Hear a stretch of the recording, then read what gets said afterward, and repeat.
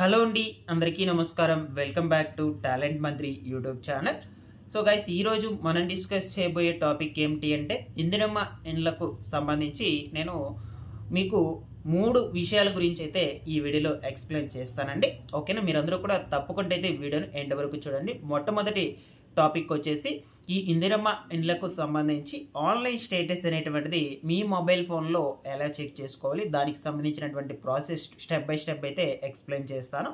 So దాని తర్వాత చాలామందికి ఈ యొక్క ఆన్లైన్ స్టేటస్లో రిమార్క్స్ దగ్గర పెండింగ్ ఫర్ ఎంపీడీఓ అప్రూవల్ అనేది చూపిస్తుంది అనమాట. ఈ యొక్క పెండింగ్ ఫర్ ఎంపీడీఓ అప్రూవల్ అనే రిమార్క్స్ దగ్గర చూపించినట్లయితే ఈ ఇందిరమ్మ ఇల్లు అనేటువంటిది వస్తుందా రాదా అనే విషయం మీద కూడా మీకు ఒక క్లారిటీ అయితే ఇస్తాను. ఈ విధంగా ఉంటే ఏం చేయాలి, ఏం చేస్తే ఇల్లు అనేటువంటిది అయితే వస్తుంది.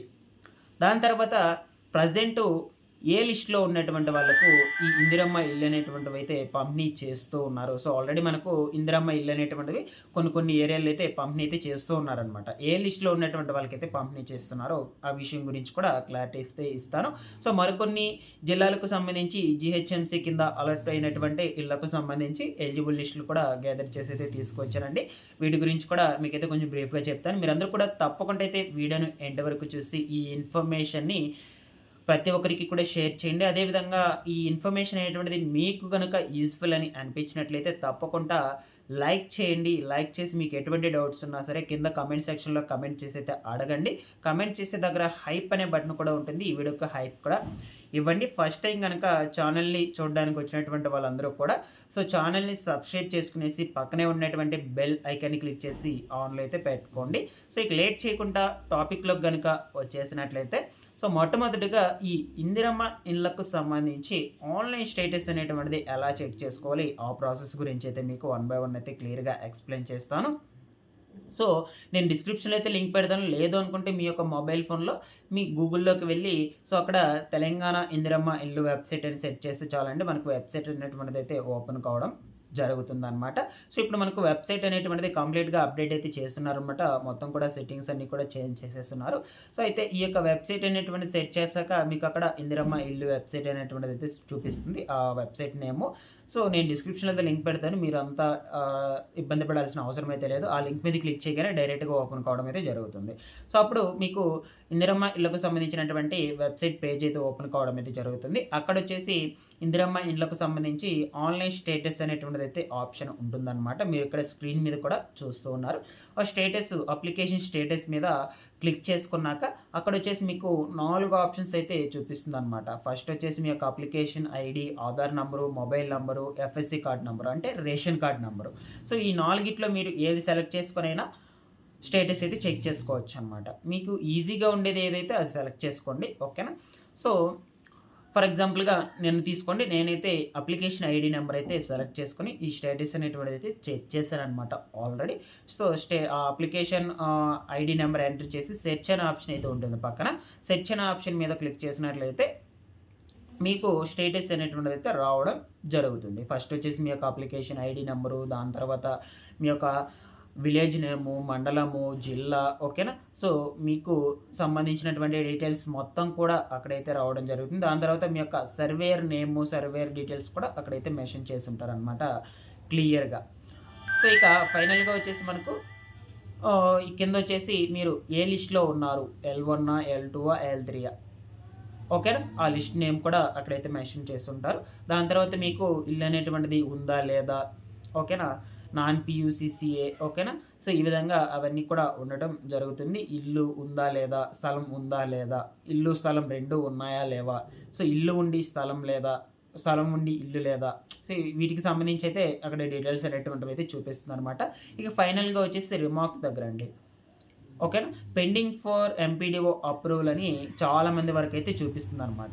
మీకు ఇంకేమైనా రిమార్క్ చూపించినా కూడా కమెంట్స్లో అడగండి. దాని మీద కూడా నేను మరొక వీడియో అయితే క్లియర్గా చేసి ఎక్స్ప్లెయిన్ చేస్తాను. సో ఈ యొక్క పెండింగ్ ఫర్ ఎంపీడీఓ అప్రూవల్ అని ఎందుకు ఉంది, సో మీ యొక్క అప్లికేషన్ అనేటువంటిది సో మీరు అప్లికేషన్ చేసుకున్న తర్వాత ప్రజాపాలనలో దాని తర్వాత మున్సిపల్ కార్యాలయాల్లో వాళ్ళైతే అప్రూవల్ అనేటువంటిది అయితే ఇచ్చేసి ఉంటారనమాట. ఓకేనా. సో దాని తర్వాత మనకు ఈ ఎంపీడీఓ ఆఫీస్కి అయితే వెళ్ళడం జరుగుతుంది. ఎంపీడీఓ ఆఫీస్లో వాళ్ళు అప్రూవల్ అనేటువంటిది అయితే ఇవ్వాలన్నమాట. వాళ్ళు మొత్తం కూడా క్లారిటీగా చెక్ చేసి దాని తర్వాత మీకు అప్రూవల్ అనేటువంటిది అయితే ఇస్తారు. సో అందువల్ల మీకు అక్కడ పెండింగ్ అని చూపిస్తుంది అనమాట. సో ఇన్ కేస్ ఈ యొక్క ఎంపీడీఓ ఆఫీస్ నుంచి అప్రూవల్ అనేటువంటిది వచ్చినట్లయితే ఎంపీడీఓ అప్రూవల్ అనేది ఉంటుందన్నమాట. అక్కడ పెండింగ్ అయితే ఉండదన్నమాట. సో కాబట్టి మీరు వీలైనంత త్వరగా ఎంపీడీఓ ఆఫీస్కి వెళ్ళి దీన్ని అయితే క్లియర్ చేయించుకోండి. దాని తర్వాత మీకు ఇల్లు అనేటువంటిది శాంక్షన్ కావడం అయితే జరుగుతుంది. ఈ విధంగా చాలామందికి ఉంది. అందువల్ల నేను ఈ వీడియోలో అయితే క్లియర్గా చెప్పడానికి అయితే వచ్చానమాట. సో నెక్స్ట్ ఇక వచ్చేసి ఇక్కడ వరకు టూ టాపిక్స్ గురించి అయితే క్లియర్గా ఎక్స్ప్లెయిన్ చేశానని అనుకుంటున్నాను. మీకు 1 by 1 అయితే స్టేటస్ ఎలా చెక్ చేసుకోవాలి అయితే క్లియర్గా చెప్పాను. దాని తర్వాత మీకు అక్కడ మీరు కనుక మొబైల్ ఫోన్లో చెక్ చేసుకున్నట్లయితే వ్యూ డీటెయిల్స్ అనేటువంటిది అయితే ఉంటుందన్నమాట. వ్యూ డీటెయిల్స్ మీద క్లిక్ చేసినట్లయితే అక్కడ వచ్చి మీకు మీ ఫ్యామిలీ మెంబర్స్ డీటెయిల్స్, దాని తర్వాత పేమెంట్ స్టేటస్, అంటే మీకు కనుక ఇదివరకు ఇల్లు అనేటువంటి శాంక్షన్ అయ్యి మీరు కనుక బేస్ మట్టం లెవెల్ వరకు కంప్లీట్ చేసుకుని బిల్లులకు కనుక అప్రూవల్ పెట్టుకున్నట్లయితే మొదటి బిల్లు కింద మనకు ₹1,00,000 అయితే జమ చేస్తారు. కాబట్టి దానికి సంబంధించినటువంటి పేమెంట్ స్టేటస్ కూడా అక్కడైతే చూపిస్తుంది అనమాట. ఆ విధంగా మీరు స్టేటస్ కూడా చెక్ చేసుకోవచ్చు.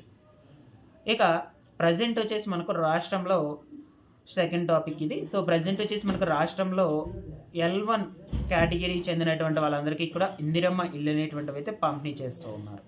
సో ఆల్రెడీ చాలామంది కూడా శాంక్షన్ ఫామ్స్ కూడా ఇవ్వడం అయితే జరిగింది కొన్ని ఏరియాల్లో. ఓకేనా. సో ఇక రిమైనింగ్ మనకు అందరికీ కూడా ఈ యొక్క L2 కేటగిరీలో ఉన్నటువంటి వాళ్ళందరికీ కూడా మొట్టమొదటిగా అయితే ఇల్లు అనేటువంటిది మంజూరు చేస్తూ ఉన్నారు. సో మీకు ఇంకొక డౌట్ రావచ్చు, L2 కేటగిరీలో ఉన్నటువంటి వాళ్ళకి సంబంధించి ఇల్లు అనేటువంటివి ఎప్పుడు మంజూరు చేస్తారు అనే విషయం గురించి కూడా నేను మీకు ఈ వీడియోలో అయితే చెప్తాను ఇప్పుడు.